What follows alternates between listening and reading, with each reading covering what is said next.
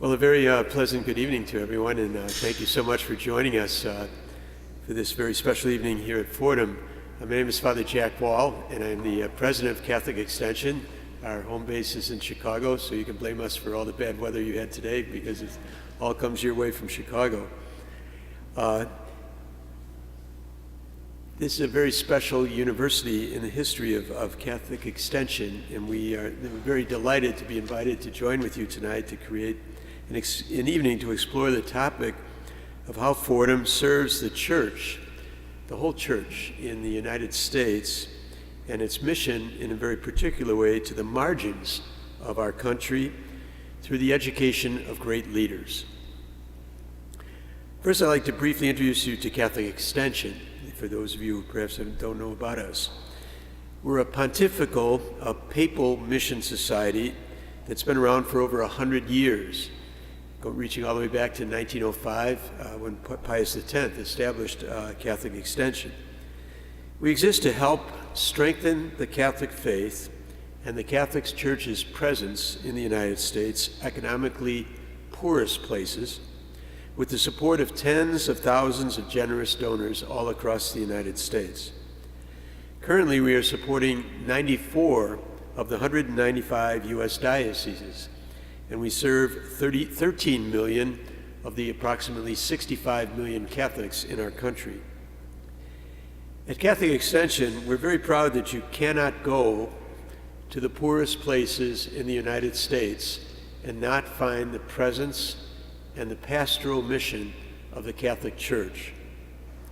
As you will see through the testimonies of tonight's panelists, faith communities have the ability not only to transform individual hearts, but to literally transform communities, and in the larger picture, transform our society, and certainly do much to evangelize and bring the values of the Catholic faith and the Christian faith to our culture. Tonight's panelists represent a side of the American Catholic experience that we in the larger diocese may be unfamiliar with. Sometimes it's hard for us, if we come from New York or from Chicago or Boston, where the church is so well established, to conceive of the experience of Catholicism in places where there's not an abundance of parishes, of schools, of clergy, of diocesan structures, and clearly so many of the beautiful expressions of Catholic life in Catholic hospitals, Catholic universities, the wonderful and dense experiences of our Catholic faith that occur in large metropolitan dioceses. But if we would drive south on I-95, you'll begin to find places supported by Catholic Extension, where there's a great distance between neighboring parishes, where Catholic worship on Sundays often is in double-wide trailers, where there can be only one priest for every 7,000 Catholics, or where there is as many as 40% of the Catholics living in the diocese below the poverty level. And yet, in spite of the great challenges they face, the Catholic people in the regions that our panelists come from are deeply rich in their faith life. They're blessed with strong leadership, some of that leadership coming right here from Fordham University. And they demonstrate incredible vision and creativity in spite of their lack of financial resources. We believe that their communities have something to teach us in other parts of the church and the larger Catholic Church as well. We're grateful that for over 5 decades, Fordham University has been Catholic Extension's most significant university partner by providing education to leaders who have been called to serve in these mission dioceses and mission areas of our country. When adjusted into 2014 dollars, Catholic Extension has provided $5.5 million for scholarship at Fordham to hundreds of leaders who have gone on to serve the church in very challenging places and circumstances. And that $5.5 million has also been matched in many ways by the largesse of Fordham University as well for these leaders. Tonight, we'd like to reintroduce 3 of Fordham graduates to their university community who are deeply working and invested in America's mission dioceses that are supported by Catholic Extension. They always say pictures say 1,000 words. So we'd like to begin this evening by showing you a short video highlighting 3 of your alums. And then afterwards, I'd like to invite our Dean, Colt Anderson, to introduce the panel. Thank you very much. Oops.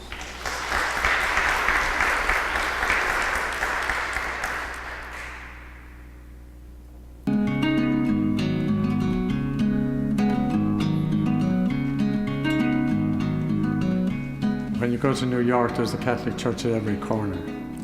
You come to Savannah, Georgia, and there's 15, 60 miles between churches. The parish I went to in New York, across the street from Grand Central, you know, the bulletin would say on a given Sunday, 450 some people came to Mass last week.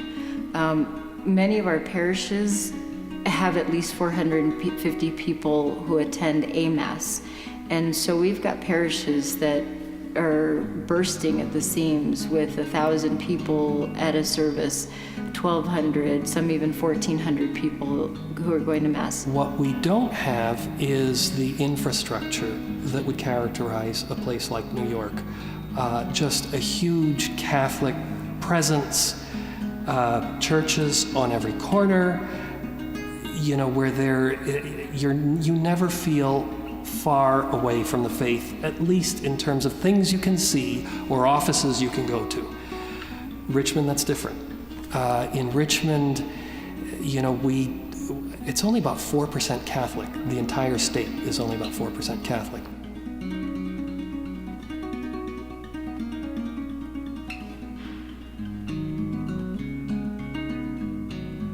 Well, I would say, speaking for the Diocese of Savannah, which I have known for 54 years now, that we're on the margins. There's about 3 million plus people in our diocese, but about 80,000 of them only are Catholic, so we're about 3% Catholic. Maybe it's a pity in a way that it's called the Diocese of Savannah, because it's really the Diocese of South Georgia, and it takes in all of South Georgia, all the way over to the Alabama border, and our southern border is Florida. But there's a lot of rural sections to the diocese which have very few Catholics scattered, and where we have our mission churches. Now those small parishes have become kind of semi-big parishes because of the numbers of Hispanics that we have. These parishes are becoming much more viable than they used to be, even though the people who come are of the low socioeconomic area, you know, they're not well off. They've migrated here because of the difficulty of raising a family. They've migrated here looking for jobs, and all that goes with that, which is so difficult, another language in a different place. But we've come to know them as marvelous people, and they've enriched our diocesan family very much. There are several things unique to El Paso. First of all, we are along the border of Mexico, and even though we're Texas, we're not really part of the rest of Texas. It's not the same culture. We're a very different culture. The fabric of our diocese is different. We have lay ministers who have taken their role, and because of that, our churches are vibrant, they're alive. There's people who see their baptismal call, and they're living out their ministry in many different ways. I do realize now that because of my education at Fordham, because of the experiences with the worldwide Catholic Church, the professors there, the history of Fordham and the GSRE were critical for what I do today. Going back to a place like El Paso, we don't have a Catholic university. There's only so many people we have that have master's degrees or an advanced degree in theology or religious education or pastoral studies.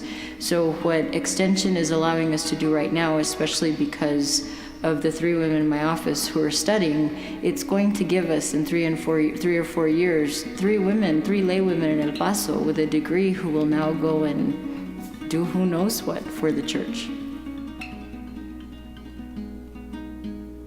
Richmond is this huge geographic extension, one diocese, and we've only got 230,000 registered Catholics.